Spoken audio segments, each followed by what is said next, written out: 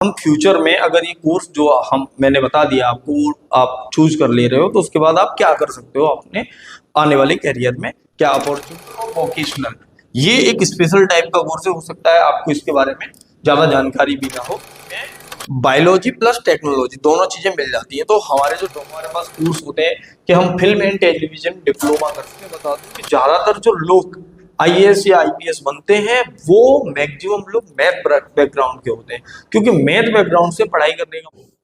तो आज हम बात करेंगे कि जब आप 12th कर चुके होंगे उसके बाद आप क्या कोर्स आगे चूज कर सकते हो, प्लस 12th में हमें किन किन सब्जेक्टों पर फोकस करके चलना चाहिए अपने उस मेन कोर्स के लिए जिसकी हम तैयारी आगे 12th के बाद करेंगे या जिस कोर्स को हम 12th के बाद चूज करेंगे। आज मैं आपको डिटेल में बताऊंगा सारी चीजें कि आप 12th के बाद क्या क्या कर सकते हो मैथ बैकग्राउंड के साथ। इस वीडियो में मैथ बैकग्राउंड को ही कवर किया जाएगा। तो मैथ बैकग्राउंड से क्या क्या ऑप्शंस हैं, उसके बाद कैरियर अपॉर्चुनिटी आगे क्या है कि हम फ्यूचर में अगर ये कोर्स जो मैंने बता दिया आपको वो आप चूज कर ले रहे हो तो उसके बाद आप क्या कर सकते हो अपने आने वाले कैरियर में, क्या अपॉर्चुनिटी रहेंगी, क्या आपकी जॉब किस टाइप की होगी, जॉब एनवायरनमेंट कैसा रहेगा, तो उन सब पे चर्चा करेंगे आज।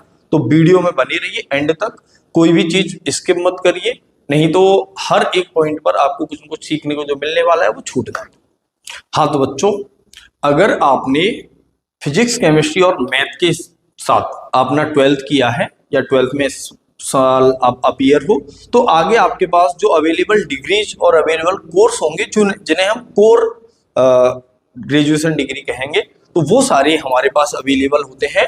देखो, अगर आप साइंस ग्रुप के हो, फिजिक्स केमिस्ट्री और मैथ, इस बात का ध्यान रहे कि ये जो डिग्रियां लिखी हुई हैं बेसिकली ये फिजिक्स केमिस्ट्री और मैथ वालों के लिए। तो अवेलेबल कोर्स है बीटेक है, बीएससी है, बी एफटेक है, बी आर्क है, बी प्लानिंग है, dual degree programme BTech plus MTech दोनों भी एक साथ कई सारे इंस्टीट्यूट हैं जो ऑफर करते हैं, और एक बीवॉक है, बैचलर ऑफ वोकेशनल। ये एक स्पेशल टाइप का कोर्स हो सकता है आपको इसके बारे में ज्यादा जानकारी भी ना हो। तो एक एक करके सबके बारे में बात करते हैं। सबसे पहली चीज आती है बीटेक। तो बीटेक जो है बैचलर ऑफ टेक्नोलॉजी, ये एक इंजीनियरिंग की डिग्री है। अगर कोई भी बच्चा फ्यूचर में इंजीनियर बनना चाहता है, रिसर्च के फील्ड में जाना चाहता है तो उसको बीटेक करनी चाहिए। और ये बीई जो है bachelor of engineering, similar degree है दोनों ही, और ये 4 ईयर का प्रोग्राम होता है। अगर इसमें आप एडमिशन लेना चाहते हो तो इसके लिए जो गवर्नमेंट एग्जाम्स होते हैं, कई प्राइवेट इंस्टीट्यूट है वो भी अपने अपने एग्जाम लेते हैं। तो जो मेन एग्जाम है इसके लिए वो मेन एग्जाम है अपना जेई मेन, और सीयूईटी जो एग्जाम है उसमें भी कई सारी यूनिवर्सिटीज हैं जो हमें बीटेक ऑफर करती हैं। तो आप लोग सीयूईटी की जो कंप्लीट जानकारी है उसके हिसाब से देख लेना कि कौन कौन सी यूनिवर्सिटीज हैं जो उसमें आपको जो डिग्री है बीटेक की वो ऑफर करती है। तो उसी अकॉर्डिंग अपना फॉर्म अच्छे से फिलअप करना है। बीएससी, ये ज्यादातर लोग इससे परिचित होंगे ही कि हम 12th के बाद एक ऑप्शन रहता है कि हम बीएससी कर सकते हैं। बीएससी भी 3 ईयर की भी होती है और कई इंस्टीट्यूट में 4 ईयर की भी होती है, अकॉर्डिंग टू डिग्री। मतलब किस कोर्स को आप चूज कर रहे हो उसके हिसाब से 3 ईयर या 4 ईयर की होती है। ठीक है। बीएफटेक का मतलब है bachelor of fashion technology. Fashion technology में अगर कोई बीटेक करना चाहता है, 4 ईयर का प्रोग्राम होता है ये बहुत ही अच्छा प्रोग्राम है।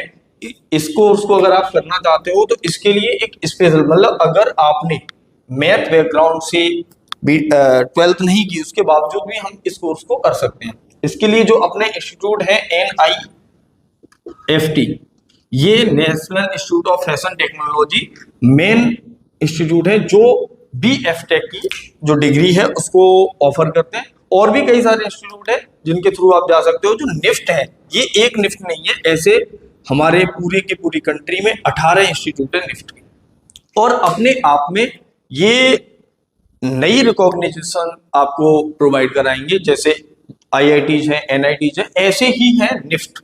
तो अगर आप national institute of fashion technology में एडमिशन लेना चाहते हो तो इसके लिए निफ्ट जो है वो अपना खुद का एग्जाम कंडक्ट कराती है, और ये इंस्टीट्यूट प्योर गवर्नमेंट कॉलेज है जो कि अपनी जो मिनिस्ट्री ऑफ टेक्सटाइल है उसके अंडर काम करते हैं। ठीक है।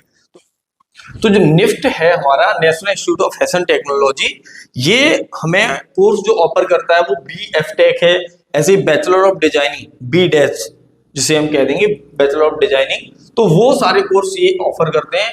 हम इसमें आगे फर्दर एमएफटेक भी कर सकते हैं, एम डिजाइनिंग भी कर सकते हैं। तो वो सारे कोर्स हैं वो आप इसमें कर सकते हो। इसके लिए एक सेपरेट एग्जाम है, निफ्ट ही कंडक्ट कराता है। अगर इसके लिए डिटेल आपको चाहिए तो आप गूगल पे सर्च करेंगे तो सारी डिटेल आपको मिल जाएगी उसमें, किसका एग्जाम कब होता है। इसे हम 12th अपीयरिंग में भी दे सकते हैं और 12th के बाद भी दे सकते हैं। जैसे जेई मेन और जेई एडवांस होते हैं वैसे ही सेम हमारा निफ्ट का एग्जाम होता है, निफ्ट के ही नाम से होता है, ठीक है, तो वो भी आप कर सकते हैं। बी आर्क जो है ये भी 4 ईयर का प्रोग्राम है, बैचलर ऑफ आर्किटेक्चर। इसमें क्या होता है कि आप जो भी चीजें, जैसे एक होता है कि डिजाइन करना, कोई बिल्डिंग, उसको बिल्डिंग बन गई तो उसका मेन जो स्ट्रक्चर है वो तो इंजीनियर देगा, लेकिन उसके बाद आप देखते हो कि बिल्डिंग को जो खूबसूरत बनाने का जो काम करते हैं वो आर्किटेक्चर होता है। तो बैचलर ऑफ आर्किटेक्चर के लिए जेई मेन और जेई एडवांस जो एग्जाम होते हैं वही है, वही एग्जाम्स होते हैं, उसी में आपको चूज करना होता है कि आप बीटेक के लिए अप्लाई कर रहे हो या आप बैचलर ऑफ आर्किटेक्चर के लिए अप्लाई कर रहे हो। सेम ऐसे ही बैचलर ऑफ प्लानिंग है, वो भी 4 ईयर का एग्जाम है।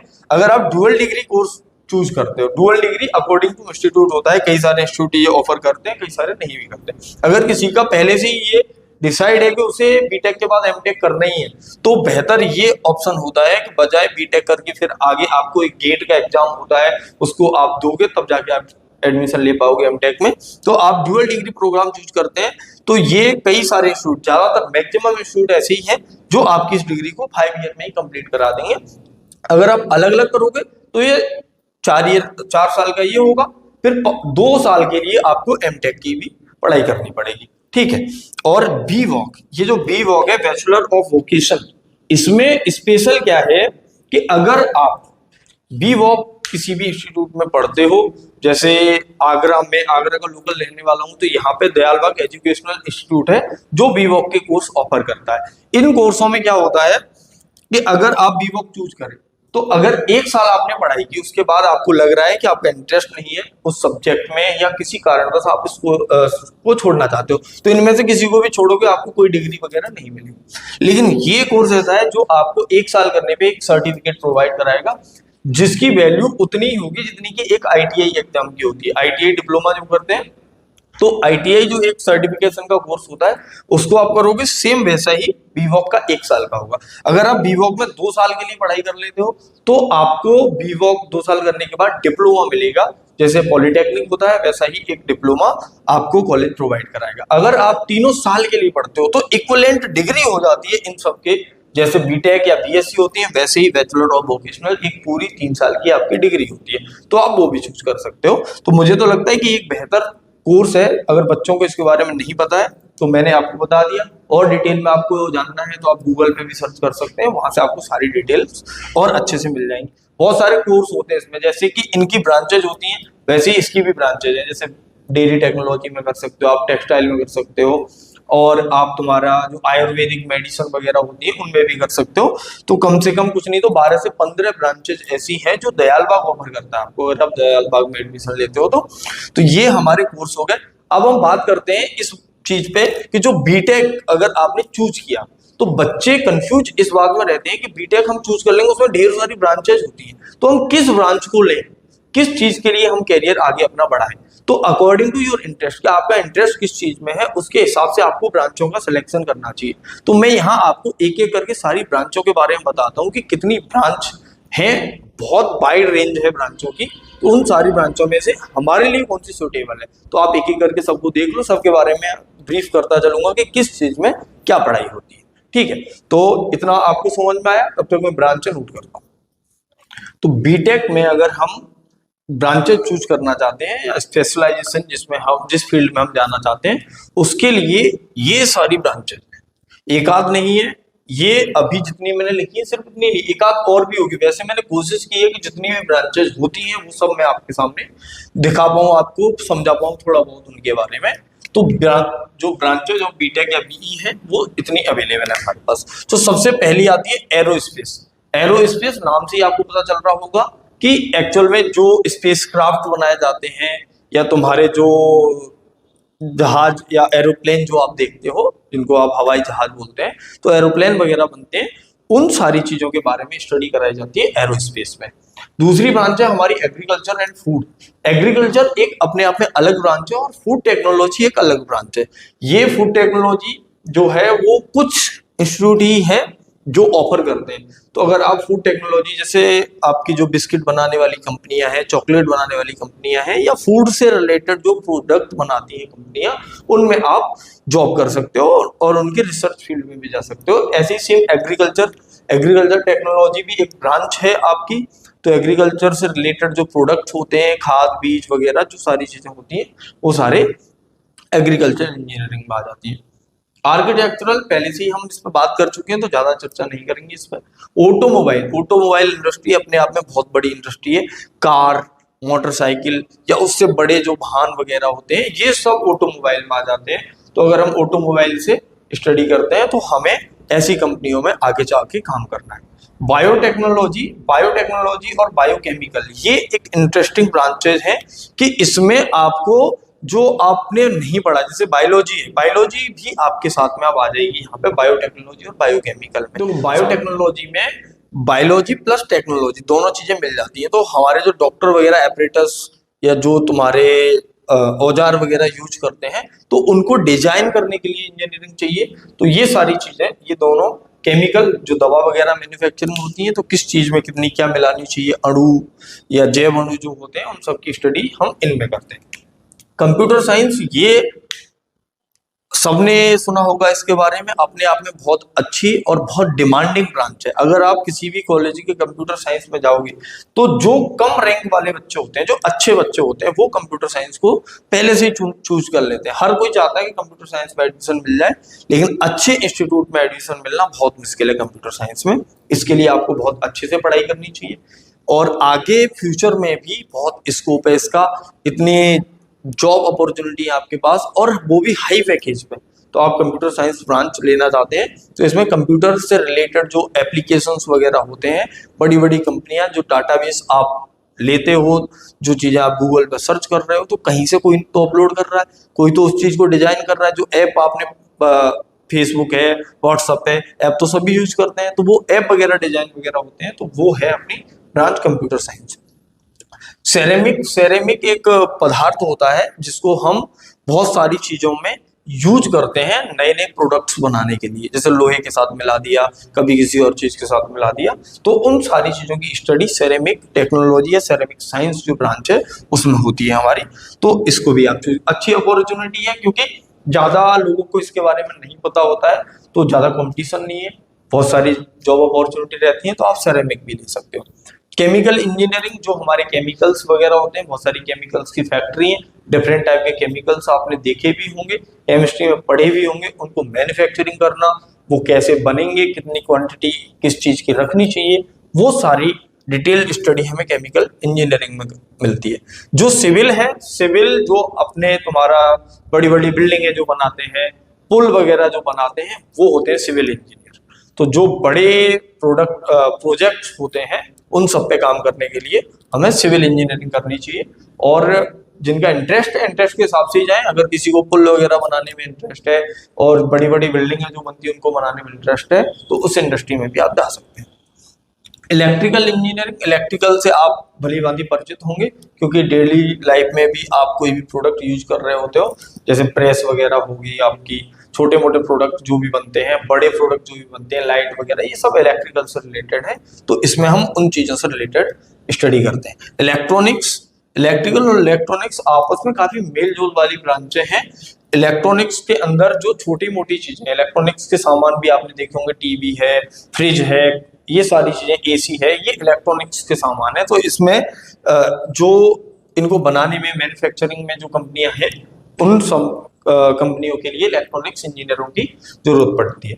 इन्वायरमेंट इंजीनियरिंग इसलिए कराई जाती है कि कोई भी फैक्ट्री लग रही है या कोई भी फैक्ट्री लग चुकी है, ऑलरेडी चल रही है, तो वो कोई भी ऐसे कॉजेज, कोई भी ऐसे कदम ना उठाए कि इससे इन्वायरमेंट को हानि पहुंचे, या वहां के आसपास के पॉल्यूशन को कम करने के लिए हमें इन्वायरमेंट इंजीनियरिंग की जरूरत पड़ती है। तो आप इन्वायरमेंट इंजीनियरिंग भी चूज कर सकते हैं। इलेक्ट्रॉनिक्स एंड कम्युनिकेशन, जैसे इलेक्ट्रॉनिक्स है, इलेक्ट्रॉनिक्स के साथ साथ जो कम्युनिकेशन वाली चीजें आ जाती है, जैसे मोबाइल फोन वगैरह हो गए, तो ये एक कम्युनिकेशन, मतलब एक दूसरे से बातचीत करने के जो साधन है, ऐसे उपकरणों को बनाने के लिए, ऐसे जो इंस्ट्रूमेंट होते हैं उनको बनाने के लिए, उनके बारे में स्टडी करने के लिए हमें electronics and communication branch choose करनी है। इलेक्ट्रॉनिक्स एंड इलेक्ट्रिकल, तो मैंने अभी बताया कि ये दोनों ब्रांचेस तो ऐसी हैं कि एक दूसरे से बहुत अच्छे से जुड़ी हुई हैं। तो जहाँ पे भी इलेक्ट्रॉनिक्स के साथ साथ इलेक्ट्रिकल वाले प्रोडक्ट बनते हैं उसके लिए आपको ये ब्रांच चूज करनी चाहिए। अगर आप इलेक्ट्रॉनिक्स एंड इंस्ट्रूमेंटेशन ब्रांच लेना चाहते हैं तो वो भी आप ले सकते हो, क्योंकि इंस्ट्रूमेंटेशन में भी इलेक्ट्रॉनिक्स की जरूरत पड़ती है। इंजीनियरिंग फिजिक्स नाम ही आप देख रहे हो कि अगर आप इंजीनियरिंग कर रहे हो तो फिजिक्स से रिलेटेड जो चीजें होती हैं उसमें इंजीनियरिंग ये ब्रांच ऑफर करती है। इंडस्ट्रियल एंड सिस्टम, तो जो इंडस्ट्री वगैरह लग जाती हैं उनके बारे में कि इंडस्ट्री कोई रन करेगी तो कैसे करेगी, क्या क्या चीजें क्या उनको फॉलो करनी चाहिए, कौन से नॉर्म्स होते हैं, वो सारी चीजें इंडस्ट्रियल एंड सिस्टम में होते हैं। मटेरियल साइंस सिमिलर है लगभग सेरेमिक के, तो वो जो मटेरियल्स वगैरह होते हैं उनके बारे में स्टडी, डिफरेंट डिफरेंट टाइप के मटेरियल्स वो हमारे सेरेमिक में भी होते हैं और मटेरियल साइंस में भी कराते हैं। मटेरियल साइंस, मेटलर्जी, ये एक दूसरे से रिलेटेड है। वही मेटलर्जी हो सकता है कि अगर आप 12th में पढ़े होंगे तो मेटलर्जी का मतलब है कोई भी चीज है वो हमें अच्छे से पहले से ही नहीं मिलती। अगर हमने कोई खुदाई करके उसमें से सोना निकाल रहे हैं तो वहां पे किसकी कितनी सफाई करनी चाहिए, किस चीज से जो सोने के साथ जुड़ी हुई चीज धातु हैं उनको हटाना है, तो वो सारी चीजें हम मेटलर्जिक साइंस में पढ़ते हैं। मैकेनिकल साइंस एक अपने आप में ऐसी ब्रांच है कि हर एक फील्ड को एक मैकेनिकल इंजीनियर की जरूरत पड़ेगी ही पड़ेगी। अगर कोई पुल बन रहा है वहां पे भी आपको मैकेनिकल इंजीनियर चाहिए, अगर कोई और प्रोडक्ट बन रहा है वहां पे भी आपको मैकेनिकल इंजीनियर चाहिए। मतलब जो भी चीजें हैं उनमें मशीनरी तो चाहिए ही चाहिए, जहां पे भी मशीनरी आ गई मतलब मैकेनिकल इंजीनियर आ गया। माइनिंग मतलब जो आपका कोयला वगैरह बनता है, बड़ी बड़ी जो खदानें हैं जिनकी खुदाई होती है, तो वहां पे किन टेक्नोलॉजी का उपयोग करना है, कैसे क्या करना है, वो सारी चीजें हमारी माइनिंग टेक्नोलॉजी के अंदर आती हैं। अगला इसमें मैथमेटिक्स एंड कंप्यूटिंग, तो जो कोड वगैरह बनते हैं, जैसे कोडिंग आपने सुना होगा कि हमें कोडिंग सीखनी है, तो वो कंप्यूटर साइंस में जो एप्लीकेशन डिजाइन होते हैं सेम ऐसे ही इसमें जो मैथमेटिक्स का यूज होता है उनमें उन प्रोग्राम को सेट करने में उनमें हम मैथमेटिक्स और कंप्यूटिंग को पढ़ते हैं। पेट्रोलियम इंजीनियरिंग, आपको नाम से ही पता चल रहा होगा कि जहाँ पे भी पेट्रोल की फैक्ट्रियां होंगी, जो भी डीजल पेट्रोल वगैरह हैं वो सब बनाती होंगी, उनको जिनको रिफाइनरी बोला जाता है उनमें आपको पेट्रोलियम इंजीनियरिंग की जरूरत पड़ती है। प्लास्टिक, जो भी प्लास्टिक के प्रोडक्ट वगैरह बनते हैं उसके लिए हम प्लास्टिक टेक्नोलॉजी पढ़ते हैं। पेन टेक्नोलॉजी, सबको नाम से ही पता चल रहा होगा कि पेंट जो हमारे बनते हैं एशियन पेंट वगैरह ये बड़ी बड़ी कंपनियां हैं, और ये पेंट टेक्नोलॉजी एक अपने आप में ऐसी ब्रांच है कि बहुत सारे ज्यादा इंस्टीट्यूट नहीं है जो इसको ऑफर करेंगे, बहुत कम इंस्टीट्यूट में मिलती है। तो बहुत कम में मिलने का मतलब ये हो गया कि आपकी डिमांड ज्यादा रहेगी हमेशा। अगर आप पेंट टेक्नोलॉजी से बीटेक करते हो तो आपको जॉब के लिए नहीं भटकना, एकदम आपकी जॉब है वो फिक्स है। टेक्सटाइल इंजीनियरिंग, ये भी एक यूनिक ब्रांच है अपने आप में। टेक्सटाइल इंजीनियरिंग, टेक्सटाइल केमिस्ट्री जो है, तो ये यूनिक ब्रांच इसलिए है क्योंकि ज्यादा इंस्टीट्यूट इनको ऑफर नहीं करते। अगर आप आईआईटीज में जाओगे तो टेक्सटाइल आईआईटी दिल्ली में है, और गिने चुने इंस्टीट्यूट है जो आपको टेक्सटाइल इंजीनियरिंग को ऑफर करते हैं। तो मैं खुद एक टेक्सटाइल इंजीनियर हूँ, तो अगर आप टेक्सटाइल इंजीनियरिंग से बीटेक करना चाहते हो तो एक सिक्योर फील्ड है। अगर आपको जॉब के लिए नहीं भटकना है तो अगर आप टेक्सटाइल इंजीनियर हो तो आप किसी भी टाइम जाके जॉब ले सकते हो, क्योंकि टेक्सटाइल अपने आप में इतनी बड़ी इंडस्ट्री है कि हमारे देश की जो जीडीपी है उसका बहुत बड़ा पोर्शन टेक्सटाइल इंडस्ट्री ही संभाले हुए है, और बहुत बड़ी बड़ी कंपनियां हैं, बहुत जॉब वैकेंसी रहती है। तो बेझिझक आप टेक्सटाइल इंजीनियरिंग करना चाहते हो तो वो आप कर सकते हो। ऐसी ही है लेदर टेक्नोलॉजी, तो लेदर टेक्नोलॉजी भी ज्यादा इंस्टीट्यूट ऑफर नहीं करते, कुछ यूनिक ब्रांचेज हैं, तो जो यूनिक ब्रांचेज हैं उनको आप चूज कर सकते हो। अब ये मैंने आपको सारी ब्रांचों की थोड़ी थोड़ी डिटेल दे दी। तो अगर आपको किसी भी ब्रांच में जाने का मन कर रहा है इनमें से, तो उसकी आप ब्रीफ नॉलेज ले सकते हैं। अगर आप गूगल पे सर्च करना चाहें या कोई आपके आसपास या आपके रिश्तेदारी में कोई भी हो जो इंजीनियरिंग फील्ड से जुड़ा हो, तो वो आपको और अच्छे से इन चीजों की जानकारी उस पर्टिकुलर फील्ड की दे सकता है जिसको आप करना चाहते हैं। ठीक है, तो आपके अपने इंटरेस्ट के हिसाब से इनमें से आप जो ब्रांचें चाहें वो चूज कर सकते हैं। ठीक है, बहुत सारी ब्रांच, इसके अलावा भी बहुत सारी ब्रांचें होती हैं, इनके अलग अलग नाम है, जैसे माइनिंग के साथ में मैकेनिकल मिला दिया, तो वो सारी चीजें हैं। तो मैनेजमेंट की भी बहुत सारी ब्रांचें हैं, तो उनको भी आप कर सकते हैं। ठीक है, देखो बच्चों, अगर आप लोग बीटेक ना करके आप डिप्लोमा करना चाहते हो, जो मैंने आपको अभी ब्रांचेज बताई वो सारी ब्रांचेज अवेलेबल होती हैं हमारे डिप्लोमा में या पॉलिटेक्निक में। पॉलिटेक्निक डिप्लोमा एक ही चीज होती है। तो अगर कोई बच्चा 10th के बाद ही सीधा डिप्लोमा करना चाहता है तो वो होता है 3 साल का। और अगर वो 3 साल का डिप्लोमा कर लेता है तो उसको मतलब भले ही वो 12th करे ना करे, उसका वो डिप्लोमा वैलिड माना जाएगा। और डिप्लोमा के बाद वो बीटेक में एडमिशन लेना चाहता है तो वो डायरेक्ट सेकंड ईयर में एडमिशन भी ले सकता है, अगर वो फर्दर आगे स्टडी करना चाहता है तो। अगर आप 12th के बाद डिप्लोमा करना चाहते हैं तो वो 2 साल का होता है। 2 साल के बाद अगर आपको वापस कोई ग्रेजुएशन की डिग्री करनी है, जैसे बीटेक करना है, तो जिस भी फील्ड से आपने डिप्लोमा किया होगा सेम उसी फील्ड में जाके अगर आपको बीटेक करनी है तो आप उसमें भी एडमिशन ले सकते हो। और वो सीधा सेकंड ईयर में आपका एडमिशन होगा, जिसे हम लेटरल एंट्री के नाम से जानते हैं। तो अगर जितने भी फील्ड मैंने अभी आपको बताया तो वो सब अवेलेबल होते हैं डिप्लोमा में भी। अगर कोई बच्चा ऐसा है जो बीटेक नहीं करना चाहता, 4 साल की पढ़ाई नहीं करना चाहता, कम पढ़ाई करना चाहता है, या जो बहुत ज्यादा होशियार नहीं है, जेईई मेन क्रैक नहीं कर रहा पा रहा, तो वो डिप्लोमा भी कर सकता है। डिप्लोमा के भी अपने फॉर्म निकलते हैं और अलग अलग स्टेट वाइज इसके एग्जाम होते हैं। तो जो डिप्लोमा का फॉर्म भरना चाहता है वो डिप्लोमा की फॉर्म भर के उसकी भी तैयारी कर सकता है। जब हम बीटेक कर चुके होंगे या अपना जो भी आपने कोर्स जो मैंने बताया तो उनमें से कोई चूज कर लिया, उसके बाद हमारे पास जॉब अपॉर्चुनिटी या आगे हायर स्टडी के लिए क्या करना चाहिए, उसके बाद हमें क्या क्या चीजें करनी है, वो बात आती है। तो उसके बारे में भी मैं आपको डिटेल में बताता हूँ कि आप क्या क्या कर सकते हो आफ्टर बीटेक या आफ्टर दोज डिग्रीज। तो सबसे पहली चीज है हायर स्टडीज इन मैनेजमेंट और टेक्निकल फील्ड। अगर आप जिस स्पेशल ब्रांच के साथ आपने पढ़ाई की है उसी स्पेशल ब्रांच में आप बीटेक के बाद एमटेक करना चाहते हो तो आप हायर स्टडी के लिए भी जा सकते हो। दूसरी चीज इसमें एक और चीज आती है कि आप ये सारी डिग्री लेने के बाद आप मैनेजमेंट फील्ड में भी जा सकते हो। तो मैनेजमेंट फील्ड के लिए हमारे पास जो ऑप्शन है वो हम कैट की प्रिपरेशन कर सकते हैं, जिसके बाद हम इंडियन इंस्टीट्यूट ऑफ मैनेजमेंट में पढ़ाई कर सकते हैं हायर स्टडी के लिए, मैनेजमेंट के लिए। और भी बहुत सारे इंस्टीट्यूट हैं जो आईआईएम के लेवल के हैं। और अगर आप मैनेजमेंट की कोई डिग्री अपने टेक्निकल के साथ ले लेते हो तो ये मान लो वो आपके कैरियर में एक बूस्ट ले आएगी कि अगर आपकी जॉब जो है जितने पे भी लग रही होगी या लगनी चाहिए थी उससे कई गुना आपका पैकेज बढ़ जाएगा अगर आप मैनेजमेंट की डिग्री टेक्निकल के बाद ले लेते हो तो। दूसरी चीज है कि आप अपना खुद का बिजनेस स्टार्ट कर सकते हो। कोई स्टार्टअप, आपके पास कोई नया आइडिया है या बीटेक करते हुए आपके पास कोई नया आइडिया आ जाए जो लोगों की कोई ना कोई समस्या को हल कर रहा हो, अगर ऐसा कोई स्टार्टअप आइडिया आपको मिल जाता है तो आप अपना खुद का बिजनेस स्टार्ट कर सकते हैं। वो ज्यादा अच्छा है कि अगर कोई नया होगा तो। अगर नया नहीं है तो भी कोई दिक्कत नहीं है। अगर एग्जिस्टिंग बिजनेस में भी आपका कोई इंटरेस्ट है, जो पहले से चल रहे हैं उनमें मुझे लग रहा है कि मैं ये काम कर सकता हूँ, तो अपना खुद का बिजनेस स्टार्ट करना सबसे बेहतर काम है। तो अगर आप अपना बिजनेस स्टार्ट करना चाहते हो तो वो भी कर सकते हो और पढ़ाई के बाद करोगे तो ज्यादा अच्छे से कर पाओगे। ठीक है। Prepare for civil services.